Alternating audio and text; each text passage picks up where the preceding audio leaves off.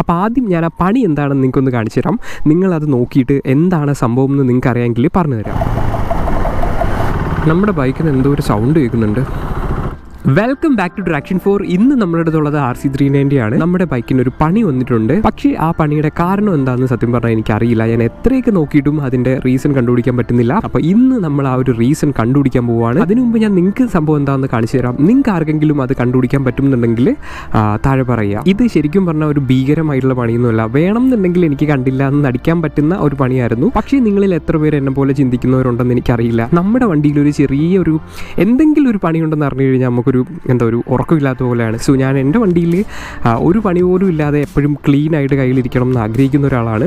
എൻ്റെ വിക്രാന്ത് കേൾക്കേണ്ട, അതിലിപ്പോൾ കേൾക്കാത്ത ശബ്ദങ്ങളൊന്നുമില്ല. പക്ഷേ RCയുടെ കാര്യത്തിൽ എനിക്ക് ഒരു പണിയും ഇതിൽ വരരുതെന്നുള്ളൊരു ആഗ്രഹമുണ്ട്. അപ്പോൾ ഇതിൽ വന്നിട്ടുള്ളൊരു മൈന്യൂട്ട് ആയിട്ടുള്ളൊരു പണിയാണ്. പക്ഷേ അത് ചെറുതായിട്ട് ചില സമയങ്ങളിൽ എന്നെ ഇറിറ്റേറ്റ് ചെയ്യുന്നുണ്ട്. അപ്പോൾ ആ ഒരു പണി എന്താണ്, എങ്ങനെ വന്നു, അതെങ്ങനെ പരിഹരിക്കാം എന്നാണ് ഈ ഒരു വീഡിയോയിൽ കാണിക്കാൻ പോകുന്നത്. ഈ ഒരു വീഡിയോയിൽ അത് പരിഹരിച്ച് കിട്ടും എന്നാണ് എൻ്റെ വിശ്വാസം. അപ്പോൾ ആദ്യം ഞാൻ ആ പണി എന്താണെന്ന് നിങ്ങൾക്കൊന്ന് കാണിച്ചു തരാം. നിങ്ങളത് നോക്കിയിട്ട് എന്താണ് സംഭവം എന്ന് നിങ്ങൾക്ക് അറിയാമെങ്കിൽ പറഞ്ഞു തരാം. ശരിക്കും പറഞ്ഞാൽ വണ്ടി ഇങ്ങനത്തെ ഹൈവേയിൽ ഓടുമ്പോഴൊന്നും ഒരു കുഴപ്പമില്ല.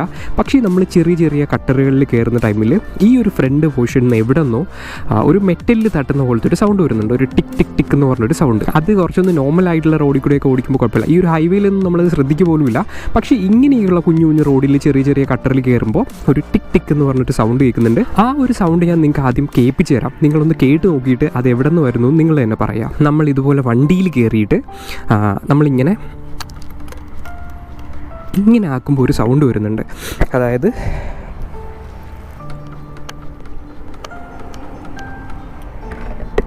ഈ ഒരു സൗണ്ട് അത് ഭയങ്കരമായിട്ട് കേൾക്കുന്നില്ല.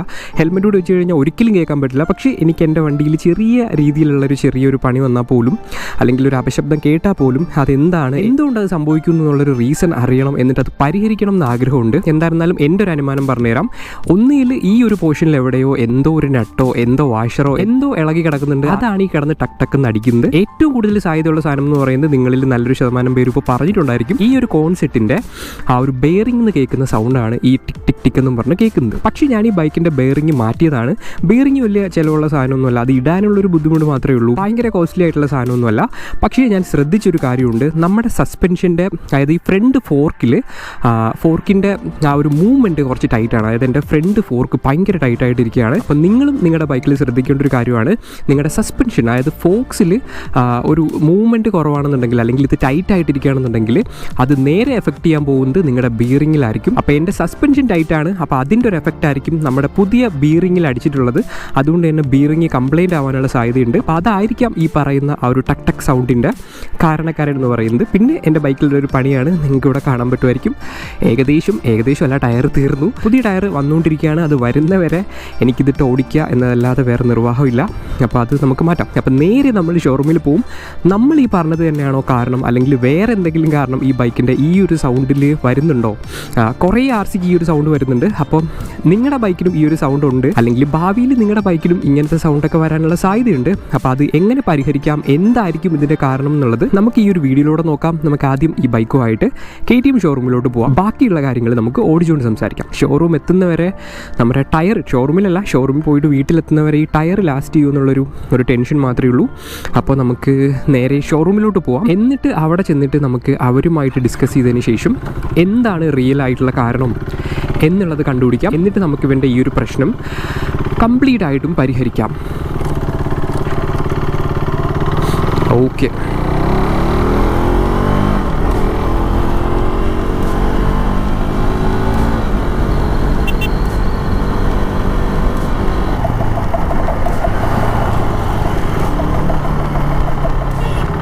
നമ്മുടെ ബൈക്കിന് എന്തോ ഒരു സൗണ്ട് കേൾക്കുന്നുണ്ട്. ത്രെഡ് ഇളവി നമ്മുടെ മഡ് ഗാർഡിൽ ഇടിക്കുന്ന കാഴ്ചയാണ് കണ്ടുകൊണ്ടിരിക്കുന്നത്. ഒരു കട്ടിംഗ് പ്ലെയർ, ഓക്കെ, വർക്ക്ഷോപ്പ് അവിടെ ഉണ്ട്. അവിടെ നിന്നൊരു കട്ടിംഗ് പ്ലെയറിൽ നമുക്കിത് കട്ട് ചെയ്യാം. വേറെ വഴിയൊന്നുമില്ല. ഈശ്വര നാണം കെടുത്തി. ടക്ക് ടക്ക് ടക്ക് ടക്ക്, നല്ല സൗണ്ട്. കറക്റ്റ് ടൈമിൽ വർക്ക്ഷോപ്പ് കിട്ടിയോണ്ട് രക്ഷപ്പെട്ടു.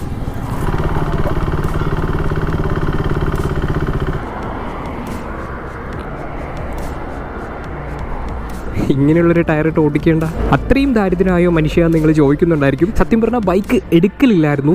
ഒരു 3-4 ദിവസമായി എടുത്തിട്ട് ടയർ മാറ്റിയിട്ട് ഇറങ്ങാമെന്ന് വിചാരിച്ചാണ്. അപ്പോഴാണ് ഈ ഒരു സസ്പെൻഷൻ്റെ കാര്യം എൻ്റെ ശ്രദ്ധയിൽ പെടുന്നത്. അതിനുശേഷം എനിക്കത് കൊണ്ട് കാണിക്കാതിരിക്കാൻ തോന്നിയില്ല. അങ്ങനെയാണ് ഞാൻ ഈ ടയറുമായിട്ട് ഇറങ്ങിയത്. ഷിറ്റ്. അങ്ങനെ ആ ഒരു പരിപാടി കഴിഞ്ഞു.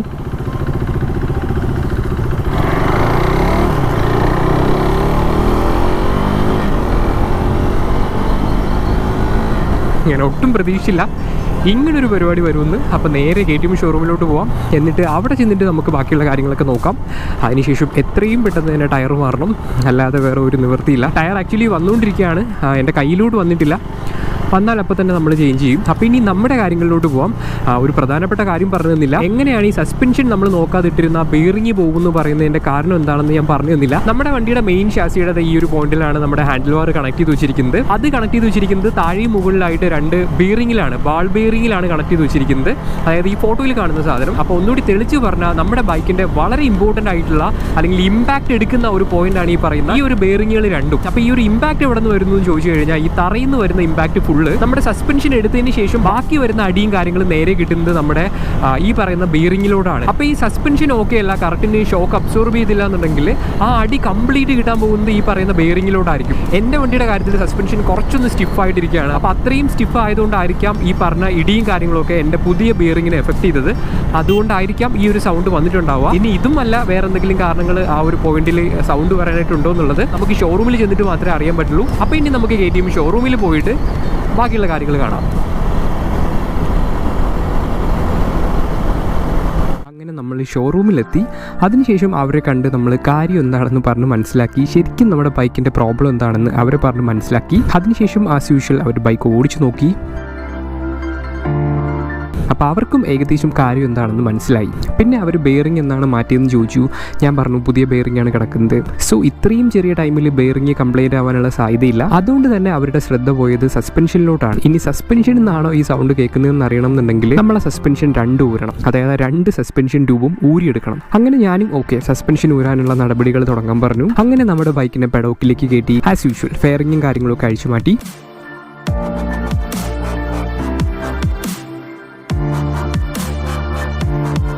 പിന്നെ കാലിപ്പേഴ്സ് റിമൂവ് ചെയ്തു, ടയർ ഫുള്ളായിട്ട് ഊരി മാറ്റി. ഈ ഫോക്സിൻ്റെ അകത്തുള്ള പണികളെന്ന് പറയുന്നത് അത്യാവശ്യം ടൈം എടുക്കുന്നൊരു പണിയാണ്. അതുമാത്രമല്ല ഇത് പണിയുന്നവർക്ക് ഭ്രാന്താവുന്നൊരു പണിയുമാണ്. അതിനുശേഷം ആദ്യത്തെ സസ്പെൻഷൻ ട്യൂബിൻ്റെ ആ ഒരു 4 കോയിൽ കംപ്ലീറ്റ് ആയിട്ട് റിമൂവ് ചെയ്തു, പിഴിഞ്ഞെടുത്തു എന്നൊക്കെ വേണമെങ്കിൽ പറയാം.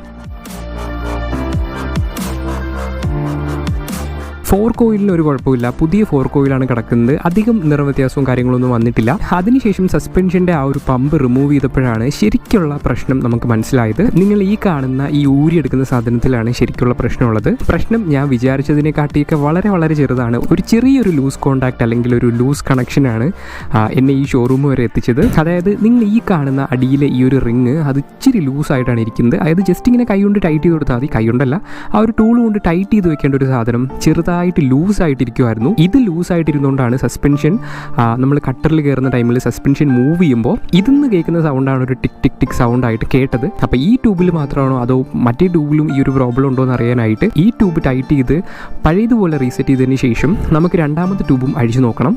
സോ ഓയിലൊക്കെ തിരിച്ച് റീഫിൽ ചെയ്തു, പുതിയ ഫോർക്ക് സീൽ വെച്ചു, അതൊക്കെ അഡ്ജസ്റ്റ് ചെയ്ത് തിരിച്ച് അതുപോലെ തന്നെ തിരിച്ച് കയറ്റി. അതിനുശേഷം രണ്ടാമത്തെ ട്യൂബ് ഊരി, അതിലും ഈ ഒരു പറയുന്ന പ്രോബ്ലം ഉണ്ടായിരുന്നു. സോ അതിലെ ആ ഒരു റിങ്ങും പ്രോപ്പറായിട്ട് മുറുക്കിയിട്ട് തിരിച്ച് കയറ്റി. അപ്പോഴേക്കും നേരെ ഉച്ചയായി, എല്ലാവർക്കും വിശന്നു തുടങ്ങി, എനിക്ക് നന്നായിട്ട് വിശന്നു തുടങ്ങി. ഞാൻ തൊട്ടപ്പുറത്തെ ഒരു ഹോട്ടലിൽ കയറിയിട്ട് നല്ലൊരു ഊണ് കഴിച്ചു. അത്രയ്ക്ക് നല്ല ഊണെന്നൊന്നും പറയാനില്ല.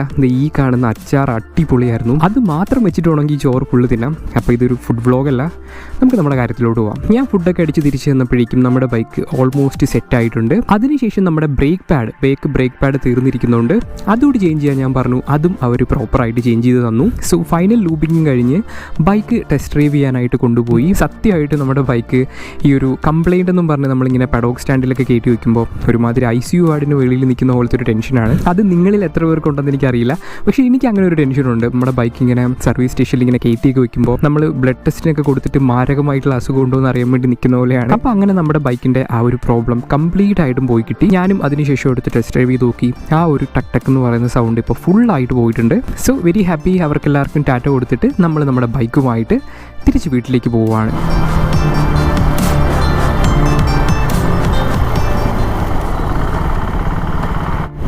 ഓക്കെ, അങ്ങനെ നമ്മുടെ ബൈക്ക് എല്ലാ പണിയും കഴിഞ്ഞ് തിരിച്ചിറങ്ങിയിട്ടുണ്ട്. അതായത് എന്ത് പണിക്കാണോ നമ്മൾ അങ്ങോട്ട് പോയത് ആ പണികളെല്ലാം കഴിഞ്ഞിട്ടുണ്ട്. എക്സ്പെഷ്യലി ആ ഒരു ടിക് ടിക് എന്ന് പറഞ്ഞൊരു സൗണ്ട് ഇപ്പോൾ കംപ്ലീറ്റ് ആയിട്ട് മാറിയിട്ടുണ്ട്. ഞാൻ ടെസ്റ്റ് ഡ്രൈവ് ചെയ്ത് നോക്കിയായിരുന്നു.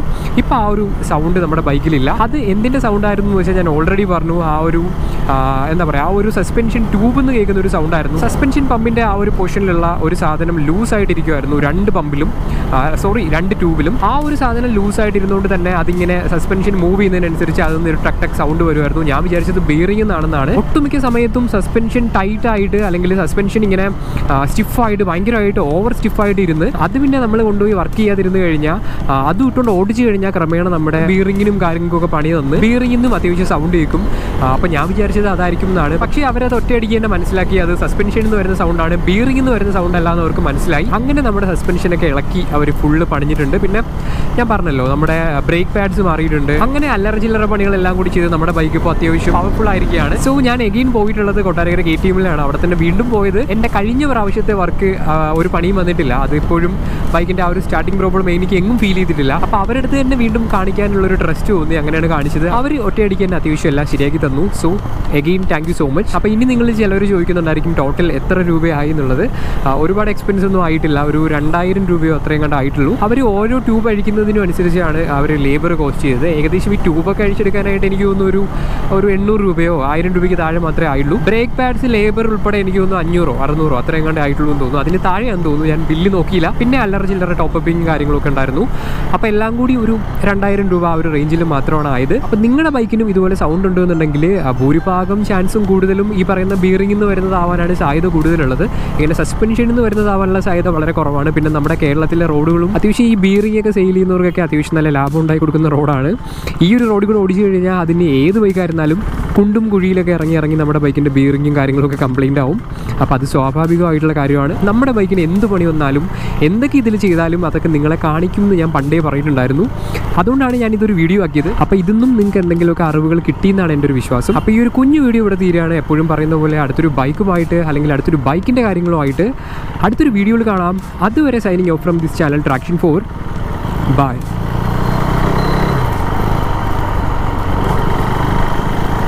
ഇന്നൊരു വർക്കിംഗ് ഡേ ആയിട്ട് പോലും ഭയങ്കര ട്രാഫിക്കാണ്. അപ്പോൾ ഓക്കെ, അടുത്ത വീഡിയോയിൽ കാണാം.